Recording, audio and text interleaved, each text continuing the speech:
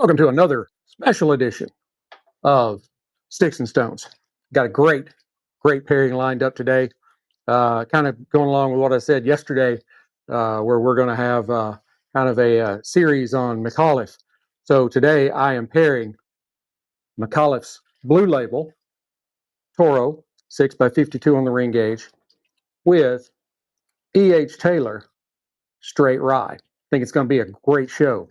So hold on to your butts. All right, let's get it going here. I think this is going to be a really kind of a refined and kind of harmonious pairing. Sorry, I'm still trying to get my X up over here on my other phone.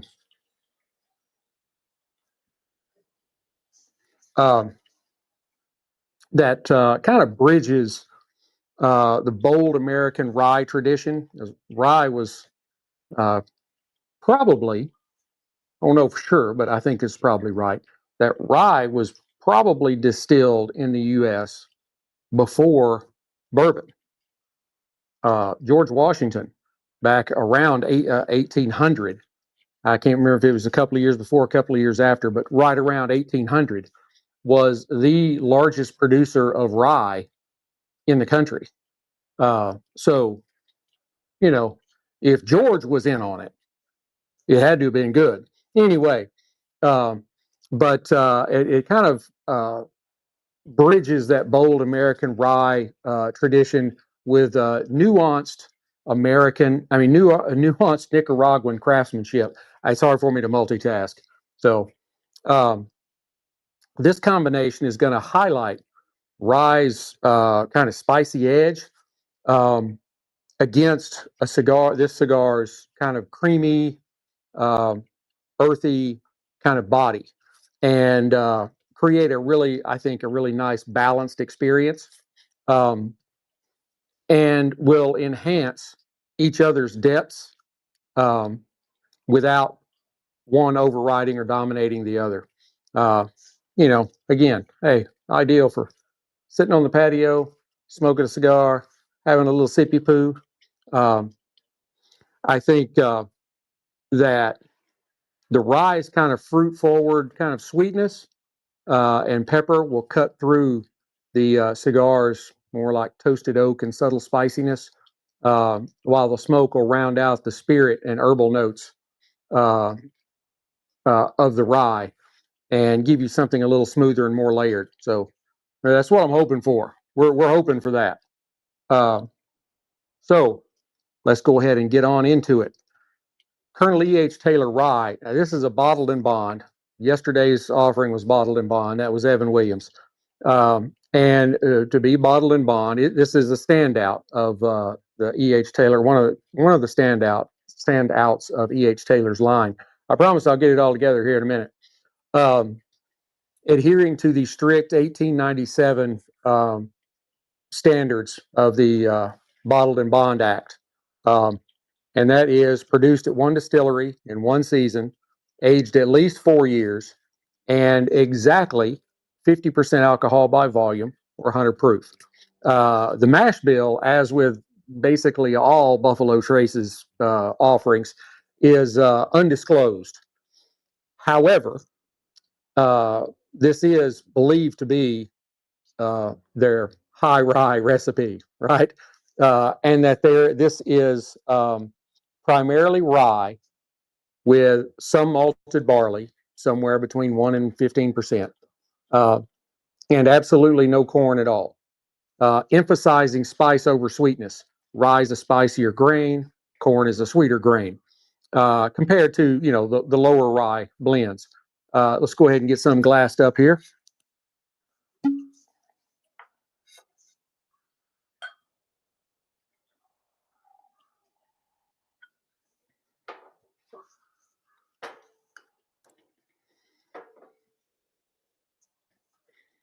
In the glass, you can tell that it just pours in a beautiful, beautiful kind of medium amber color.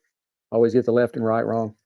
With some golden highlights, has really great legs, and kind of a clean, viscous kind of swirl to it. On the nose, it does really have a nice, vibrant kind of fruit-forward aroma opening up. I get like cherry pie, dried fruits, maybe raisins, prunes, plums, some baking spices mixed in there. Now, I would say cinnamon, clove, and probably more along the lines of a ginger as opposed to, say, a nutmeg. And as you get on down into it, you pick up even more notes of toasted oak. There's some caramel. There's a hint of mint in it, a touch of lemon zest, maybe some fresh dill, um, and then just a subtle rye grain kind of sharpness, sweet yet spicy, and kind of a touch of evergreen freshness with the mint and the dill on the palate.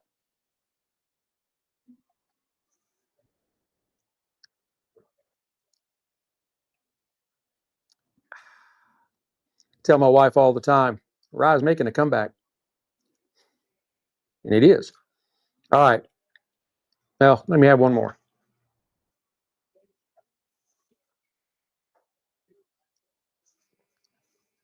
The palate is creamy and has a little bit of an oily mouthfeel with manageable heat at 100 proof. You start with sweet flavors like caramel and toffee. There's some orchard fruit, pears, uh, red apples, maybe even a hint of peach. I'm not much of a peachy guy. Peaches taste fuzzy, so um, and then you get some malty notes. Uh, Dogs next door, they love getting in on the act. Um, and then that transitions into the classic kind of rye spice. Uh, so after you swallow the sip, you get black pepper, cinnamon, dill, that herbal kind of grassiness, and a real peppery oak. Your mouth warms up a lot after you swallow that sip. Um, it really does kind of balance the savory rye bready notes with kind of a lingering, almost candy-like sweetness. The finish is medium long with dry oak, spice, and a little bit of kind of like bittersweet kind of caramel, not super sweet kind of caramel. So, you know, anyway,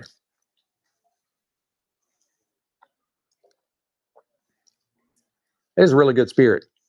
It's a really good spirit. I've heard some people, talk bad about it, but not like really bad, um, but a little bit. I think it's a really good spirit. I'm not a huge rye guy, but I've had rye and I've liked rye, but I would much prefer a good bourbon over rye. But I will definitely not turn it down if somebody offers it to me. Now, the Micallef Blue Label. Blue Label. This is a Toro 6x52 on the ring gauge. It is a medium-bodied offering from Micallef, rolled at the Fabrica de Micallef in Nicaragua.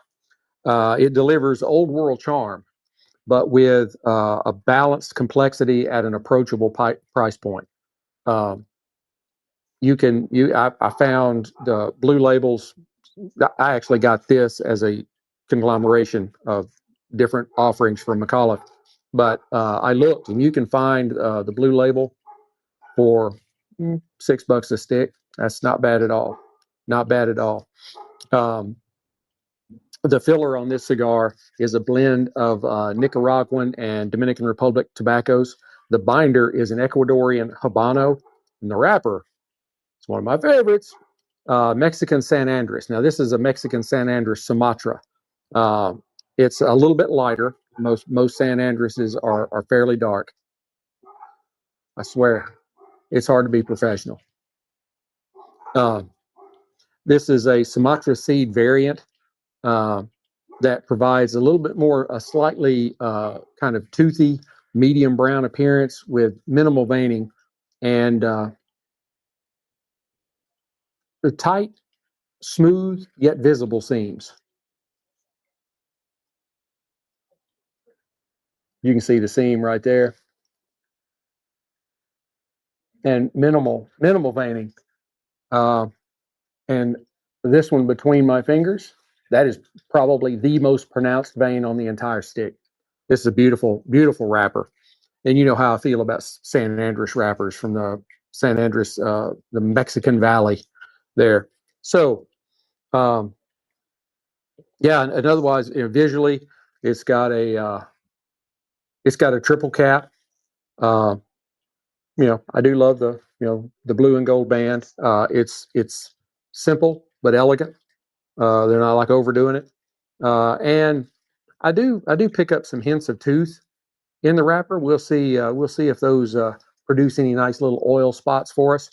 Um, and kind of a just under medium brown. I wouldn't really call that medium brown. I would call that just under, but not light brown. Dark khaki. There you go. So on the nose,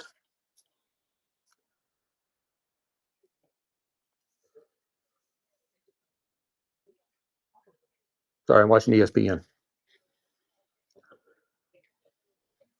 It's earthy and kind of mineral forward. Um, you get some good notes of dark earth, some cedar, a little bit of baking chocolate, almost like a bittersweet chocolate, some smoky cedar, cinnamon. It's got a little bit of saltiness to it, and just a subtle spiciness, very subtle. Let's go ahead and give it a clip.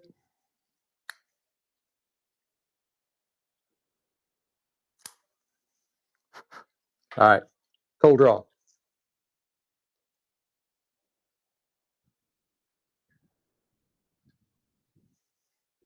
It's got a real smooth, easy draw, not overly easy, but just a little bit of resistance.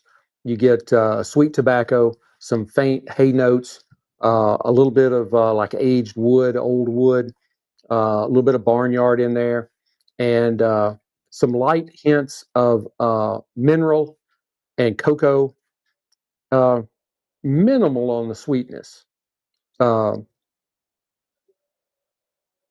but there is a little bit of sweetness there. I just try to figure out how to exactly say that. So, that's about the best I could do. Anyway, Rocky Patel Envoy 5 Torch.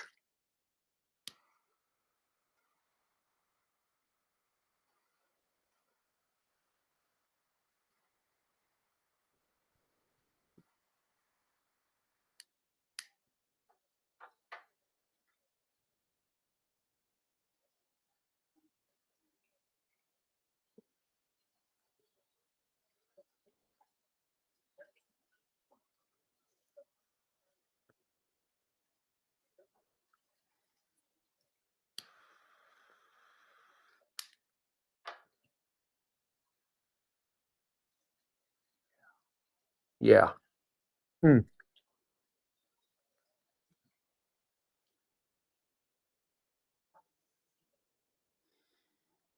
This starts out kind of a medium bodied with some toasted or charred oak, smoky oak. Uh, it's got some really nice earthy notes, kind of moss, kind of that musty, kind of gritty, uh, fresh earth smell. There's some cedar. There's some hints of leather,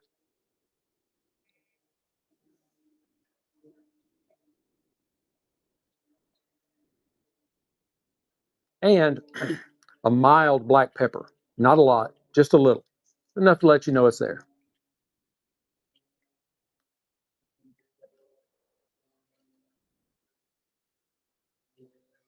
Now, I have noticed as I've drawn on it, I doubt it's loud enough to pick up on the microphone, but it could be. I've heard some popping sounds. Uh, I knew a guy in my high school class many years ago. He smoked clove cigarettes. And when he would draw, it would make this kind of popping sound. Not really sure what it is, but it did make it. I've heard it twice.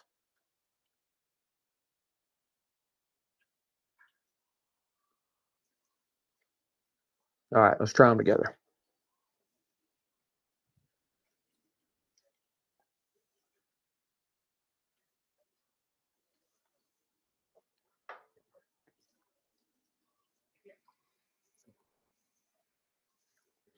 Uh, yeah, I like that.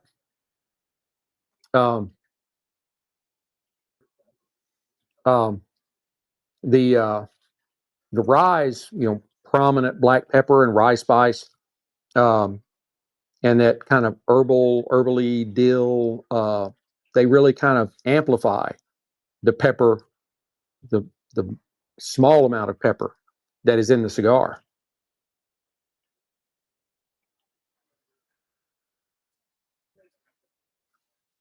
Try it again.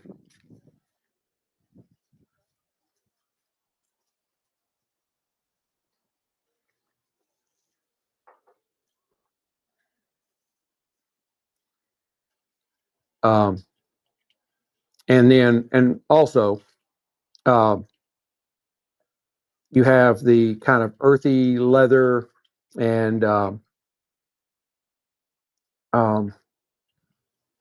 oh shit, one more.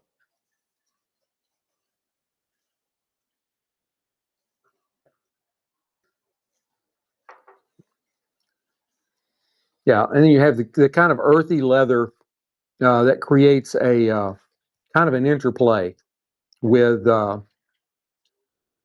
uh, with the spirit that heightens the smoke spice without overwhelming its medium profile. Uh, Meanwhile, you have the rye's sweeter elements like the caramel and the dried fruits, the mint, maybe some subtle candy notes uh, that soften and enhance the cigar's creamy, nutty, kind of toasty oak layers. I'm getting there.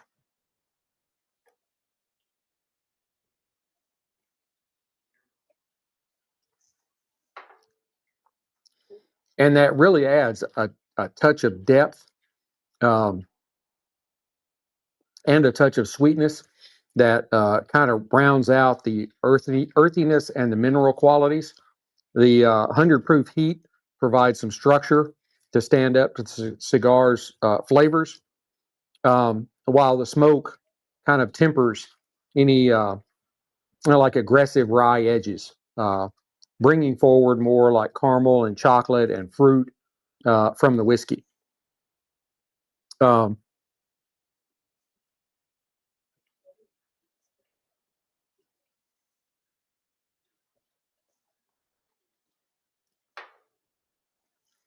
the sip sort of like cleanses the palate between the puffs. Uh, and then you probably saw me retrohale several times since I lit. Uh, that reveals sort of a more of an amplified mint and herbal freshness from the rye, tying into the cigar and its spiciness. Um, I mean, overall, this is, I mean, it's a pretty dynamic yet elegant match. So,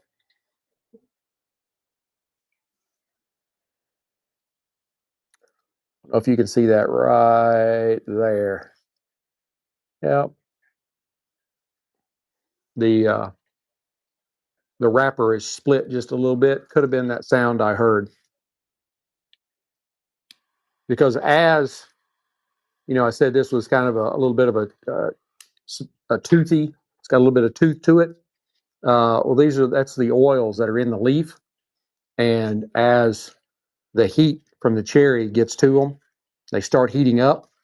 Uh, and that's every time you draw through a cigar, you're pulling that heat through the stick. And of course, the farther back it goes, the cooler it gets. But it can cause like the next half inch to inch behind the cherry to those oils to expand enough to pop the wrapper. That's one reason why uh, cigar aficionados are so caught up on uh, humidity and temperature. Temperature and humidity affect cigars. You should be somewhere between 68 and 72% humidity and degrees. I have two apps on my phone for my 650 count humidor in there, and there's two different hygrometers, so I can check both of them and make sure that they're fairly in line with one another. Now, humidity, if the cigar gets too dry, that can happen, or it can just peel all the way off.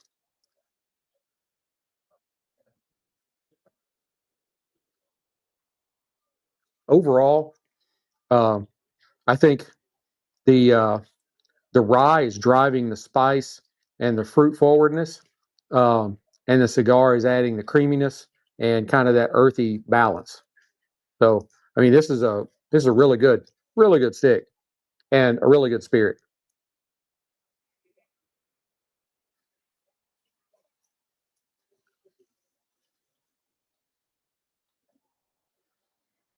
It happens. So far, I'm not seeing it anywhere else, just that one spot. So, and the humidity, you can think of the humidity like you putting lotion on your skin. All right, the humidity keeps that wrapper a little bit more moist, just a little bit, but that gives it a little bit of flexibility so that as it starts heating up, that wrapper can expand without cracking.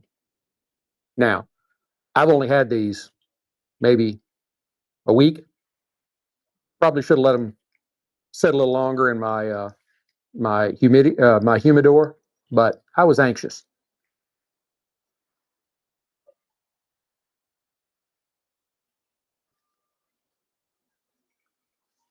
Do really love the palette on this stick. It is really great. This is a really good stick. But I don't know if you can see it. There's another crack forming right there. All right. Well, it happens. I will have to have further testing. So that means I get to smoke more.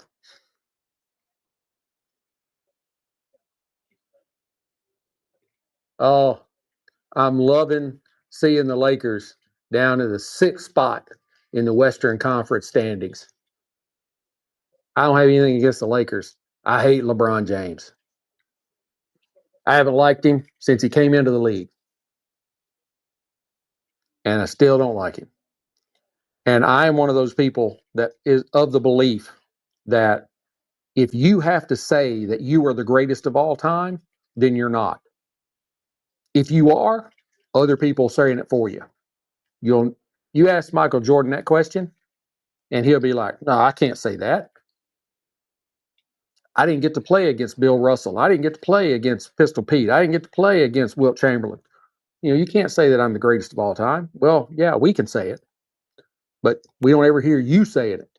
That's that's the mark of somebody that can truly be the greatest. Because if other people consider him the greatest and he keeps saying he's not, he probably is.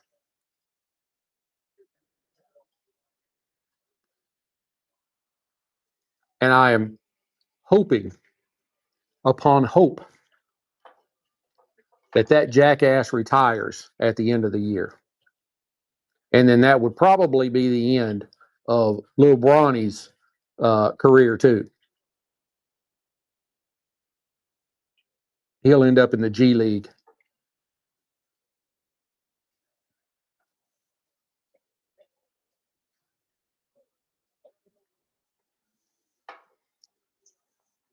I mean, it is just a wonderful experience to have this kind of interplay and balance and contrast all at the same time between a spicy spirit that has fruity notes with a creamy and earthy cigar. You know, it's not always about complementary flavors where you've got a fruity spirit and you've got a cigar that's got a lot of the same kind of sweet, maybe chocolate, that kind of stuff. It's not always about that. It's not about, it can be about that, but you have complementary or contrasting, and both of them can be a good answer. Just depends on what you're trying to pair.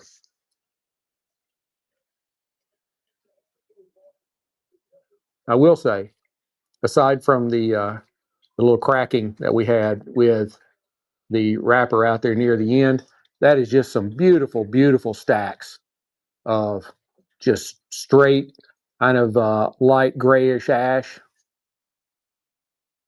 Really good. And right there is where that split was. And now it has burned away and has stopped. Right there's all that is left. Right there, you can see it. That's it. Could have just been a small deformation in that leaf. Uh, you know, there's a whole lot of sticks that don't make it through quality control, but every so often one will make it that probably shouldn't have, because the deformity or the, you know, whatever it is that's wrong uh, is so minimal that even these experts that do this all day long every day don't see it.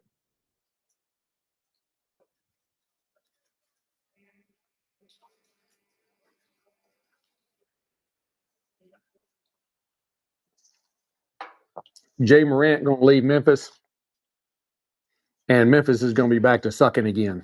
Not that they don't already, but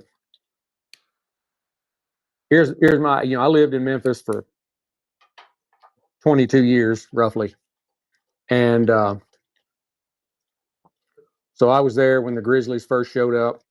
I supported them the whole time I was in Memphis, and the one thing I always said is it's going to be extremely hard for the Grizzlies to ever put together a title run team, and even tougher to retain a title run team, because Memphis has nothing to offer.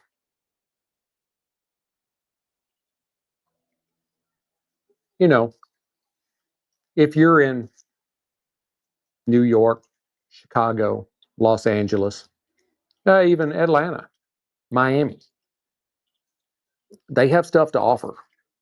You know, stars can actually want to go there. Memphis, no. Memphis, I used to say Memphis was a great town to visit, but you didn't want to live there. It's getting to the point now you don't even want to visit. You just want to keep driving right on through. Don't stop.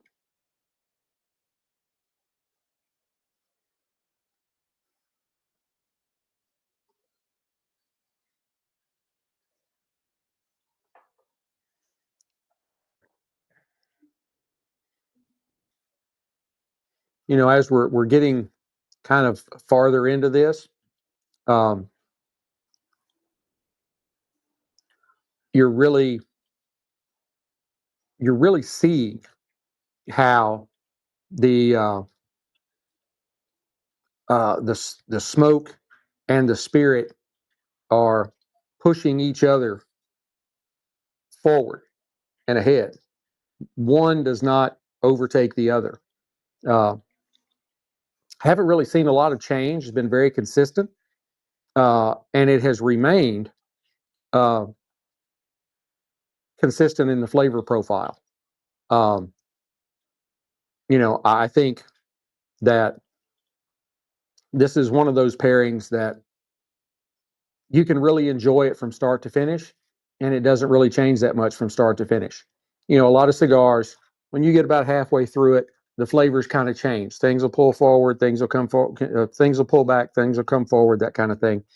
Uh, but I think with this, this is an outstanding flavor, outstanding pairing with that is refined and flavorful and mutually elevating. As I just said, perfect for those that are seeking kind of that medium-bodied or medium intensity experience with sophistication. Um, the rye's spice-forward elegance complements the cigar's kind of creamy earthiness, and the result is a seamless and enjoyable session, beginning to end. Uh,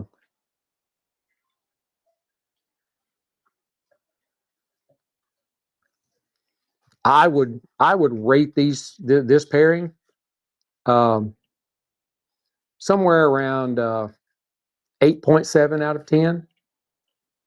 You know, this is, or maybe even 8.5. Okay, 8.5. Uh, this is not a knock your socks off kind of pairing, uh, but it is pleasurable and a wonderful experience, and you're not going to want to set it down uh, because you're gonna enjoy it. You know, you're not going to be like, oh wow, this is awesome. No, it's nice, consistent, marches forward all the way till the very last puff and the very last sip. Um, it's you know,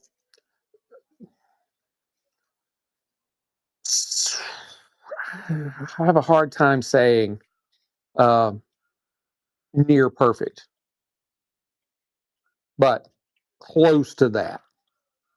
Maybe not near, maybe just a little bit back from near. Synergy, with just some, kind of moderate room for some more sweetness, if that's your kind of thing. Uh, but it is exceptional um, for a cigar and rye aficionado. I think you really love it. I really do. And we're still holding strong. There's no real Peyronie's disease there. We don't have a bent carrot. That is just some nice straight stacks of beautiful, beautiful ash. And as soon as I say that, it'll fall off in my lap. That's how it normally works.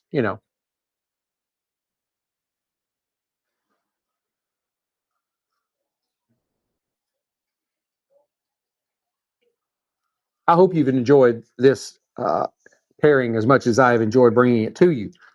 Please hit like, subscribe, share, notify, tell all your friends, share it a lot.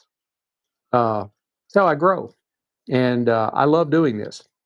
Um, in try this pairing out. You can get Micallef cigars online. I think where I found